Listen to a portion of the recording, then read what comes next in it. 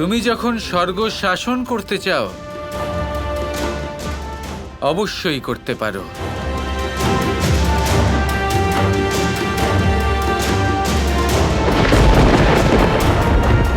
ক্ষমা করবেন নারায়ণ, কিন্তু এটা আপনি কি বলছেন? মহাদেব,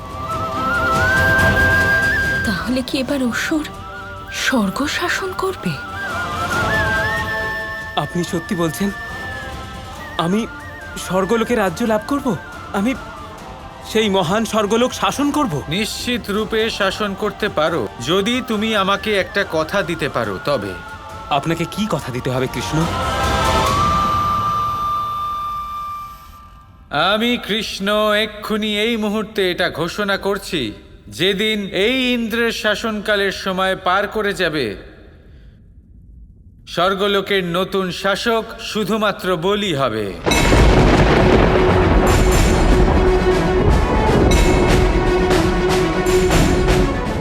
কিন্তু যদি এক্ষুনি এই মুহূর্তে বলি কথা দেয় যে যতক্ষণ ইন্দ্রের এই শাসনকাল বা সময়সীমা পূর্ণ না হচ্ছে, না বলি তাতে হস্তক্ষেপ করবে, না কোনো সমস্যার সৃষ্টি করবে, শুধুমাত্র নিজের পাতাল লোকের সীমাতেই থাকবে।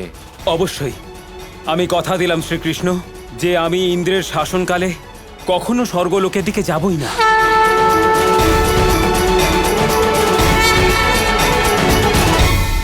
আপনার মায়া আপনি জানেন নটবর। আমার তো কাজই হলো ন্যায় করা। সুর হোক বা অসুর হোক, আমি সেসব দেখি না। না নাম দেখি, না জাতি দেখি, না গোত্র দেখি, আর না সম্প্রদায় দেখি। আমি যদি কিছু দেখি তা হলো শুধুই পুণ্য।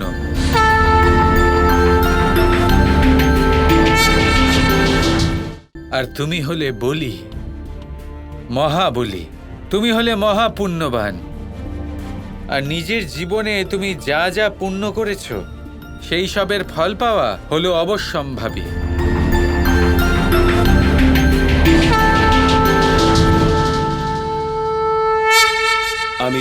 আমি ক্ষমা চাইছি শ্রীকৃষ্ণ।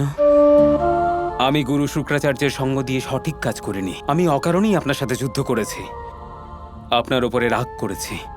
বলি, সর্বপ্রথম নিজের বিবেককে জাগ্রত করো। ওঠো। যে পাপ তুমি করেছ তার প্রায়শ্চিত্ত করো। যে শিক্ষা তুমি লাভ করতে চেয়েছিলে সেই শিক্ষা লাভ করো। আর এই পাতাল লোকের সুতল স্তরে এমনভাবে শাসন করো যে এটাও যেন স্বর্গ হয়ে ওঠে।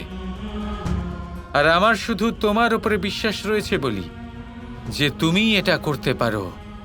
এখন আপনি যা আদেশ দেবেন শ্রীকৃষ্ণ তাই হবে।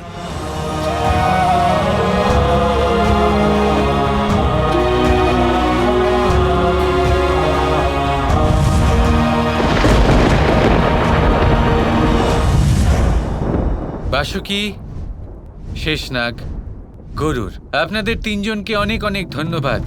আপনাদের মতো 3 বন্ধু পাওয়া মানে আমার কাছে সৌভাগ্য। আপনাদের প্রেম আর সাহায্যের কারণেই এই সব সম্ভব হয়েছে।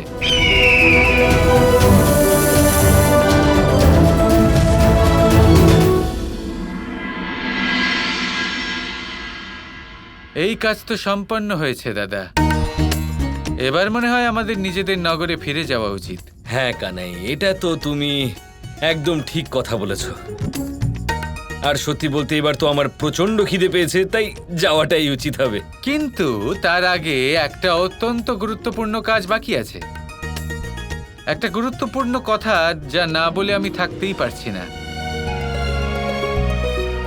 শাম্বর প্রশংসা না করে আমি থাকতে পারছি না দাদা। শাম্ব, একবার এদিকে এসো। বাহ শাম্ব, আজ শাম্ব নিজের সম্পূর্ণ শক্তি দ্বারা আমাদের সাথে থেকেছে। কি বলো শাম্ব? হ্যাঁ বাবা, আমি তো আপনার তরফ থেকেই যুদ্ধ করছিলাম।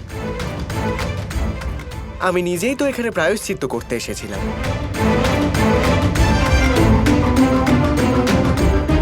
কে কার সাথে ছিল, কে কাকে জয়ী করেছে, নারায়ণ খুব ভালোভাবে জানেন শাম্ব। হ্যাঁ বাবা, নারায়ণ সব জানেন। আর উনি আপনাকে আসল সত্যটা দেখিয়ে দেবেন যে আমি সত্যি আপনার হয়েই যুদ্ধ করেছি। আর কিভাবে তোমাকে বোঝাই শাম্ব যে বাস্তববোধ তোমার থাকা উচিত। হবে, কোনো না কোনো দিন হবে, হয় এই জন্মে, না হয় পরের জন্মে, হবে তো বটেই। চলুন দাদা, দ্বারকা ফিরে চলুন। হ্যাঁ চলো। আপনি এগোন, আমি ওখানেই দেখা করছি, খুব দরকারি একটা কাজ করে আসছি। কিন্তু এই মুহূর্তে তুমি কোথায় যাচ্ছ কানাই?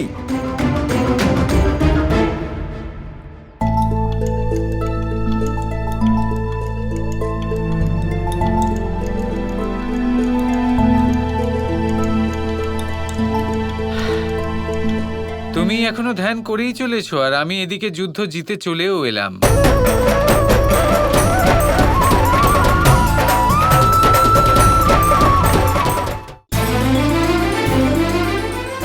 আসলে দ্বারকাতে যেহেতু কৃষ্ণ ছিল না, তাই দেখার মতো কিছুই ছিল না। তাই আমার চোখ বন্ধ রাখাটাই শ্রেয় মনে হলো। তবে তুমি আমাকে জয়ী করে দিলে রাধা। বলতে গেলে এটা কিন্তু আমার জীবনের সবথেকে কঠিন যুদ্ধ ছিল। প্রত্যেক মুহূর্তে তোমার একটা অংশ আমার সাথে এবং পাশে ছিল। হ্যাঁ কৃষ্ণ, আমারও এটাই মনে হচ্ছিল যে আমি প্রত্যেক মুহূর্ত তোমার সাথেই ছিলাম। দারুণ ব্যাপার, এটা তো খুব বড় একটা উপকার করলে আমার ওপর রাধারানী। বলুন এই ঋণ শোধ করি কি করে? এত সহজ না, তোমাকে আমার জন্য খুব বড় একটা কিছু করতে হবে, খুব অদ্ভুত, অর্থাৎ প্রেমে পরিপূর্ণ। আচ্ছা, খুব বড় কিছু, বড়ই অদ্ভুত, অবিস্মরণীয়, প্রেমে পরিপূর্ণ। তোমার সাহায্যের জন্য তো খুব বড় একটা মূল্য দিতে হচ্ছে রাধা। কি অসম্ভব দুষ্টু তুমি! এত ভয়ানক আর কঠিন যুদ্ধ জিতলে আর আমার জন্য এটুকুও করবে না? আরে এটা বলিনি যে করতে পারবো না, মানে আমি চেষ্টা করব। কিন্তু পরের বার যখনই তোমার সাহায্য নেবার থাকবে, তখন আগে তোমাকে জিজ্ঞেস করব যে সাহায্যের বদলে তুমি কি চাইতে পারো। তারপর ভেবে দেখবো যে সাহায্য নেওয়া উচিত নাকি উচিত নয়। আরে বাহ, এটা তো খুব ভালো ব্যাপার। তাহলে আমিও আগে থেকে জেনে যাব যে তোমার সাহায্যের বদলে আমি কি পুরস্কার পেতে চলেছি, আর সেই মতো আমি তোমাকে সাহায্য করব বা করব না। কিন্তু তা তো প্রেম নয়, লেনদেন হয়ে গেল। কিন্তু সেটা তো প্রেমেরই লেনদেন, এতে খারাপ কি? প্রেমীদের মধ্যে তো প্রেম থাকাই উচিত, যা দেওয়াও হবে আর নেওয়াও হবে।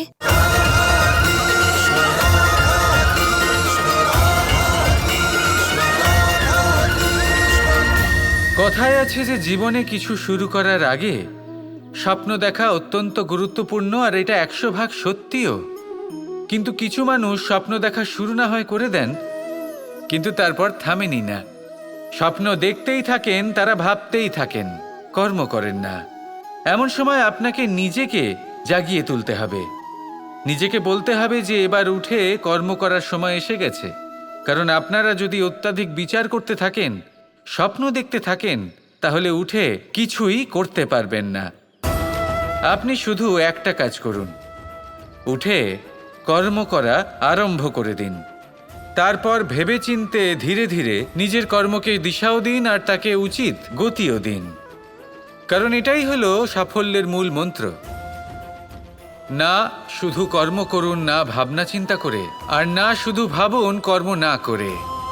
সাফল্যের মূল মন্ত্র হলো এর ভারসাম্যে। তাহলে এটাই করুন, সাফল্যকে লাভ করুন, আর আমার সাথে ভালোবেসে বলুন রাধা রাধা।